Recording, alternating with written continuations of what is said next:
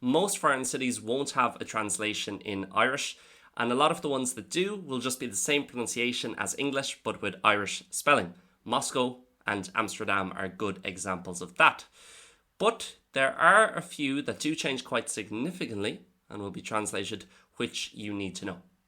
Over in Britain, we've got about 3 main ones. We've got Larfol for Liverpool, Monaghan for Manchester, and Dunedin for Edinburgh. On the continent, again, most cities will just be the same or maybe slightly different spelling, but pronounced the same. So Madrid and Kiev are good examples. But a few that change more significantly we always use in Irish would be Porus for Paris, An Rove for Rome, An Bruxelles for Brussels, An Athens, La Haye, Athens. And across the Atlantic, there's 2 main ones you need to know, and no surprise, it's the ones where most of the Irish are.